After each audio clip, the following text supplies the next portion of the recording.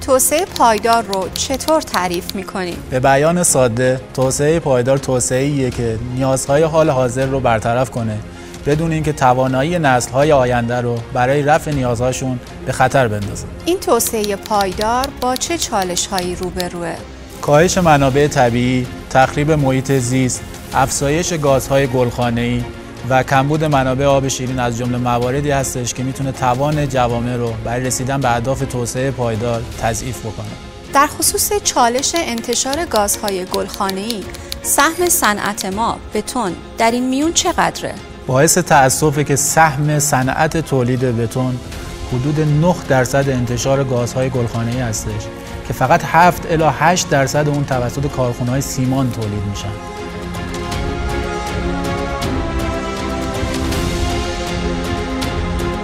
با توجه به کمبود جهانی آب شیرین و بحران خشکسالی، از وضعیت منابع آبی ایران چی میدونیم؟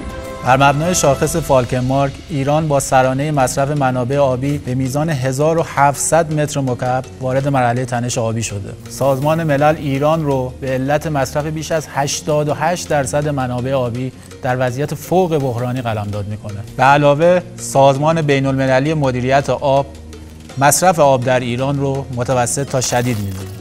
وضعیت دسترسی به آب در جهان به چه صورتیه؟ بیش از 70% مردم دنیا به آب سالم دسترسی ندارند.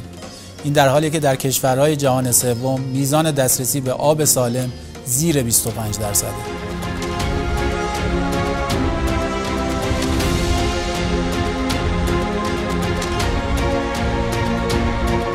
میزان تقریبی مصرف سالانه آب شیرین در صنعت بتون چقدره؟ سالانه حدود 1000 میلیارد متر مکعب آب در صنعت تولید بتون مصرف میشه. تقریباً به ازای هر متر مکعب تولید بتون 500 لیتر. این آب شامل آبیه که برای شستشوی سنگدانه‌ها، اختلاط بتون، شستن تراک میکسر و بچینگ پلانت و عمل‌آوری بتون استفاده میشه. بنابراین صنعت بتون یکی از بزرگترین مصرف کنندگان آب در دنیا محسوب میشه.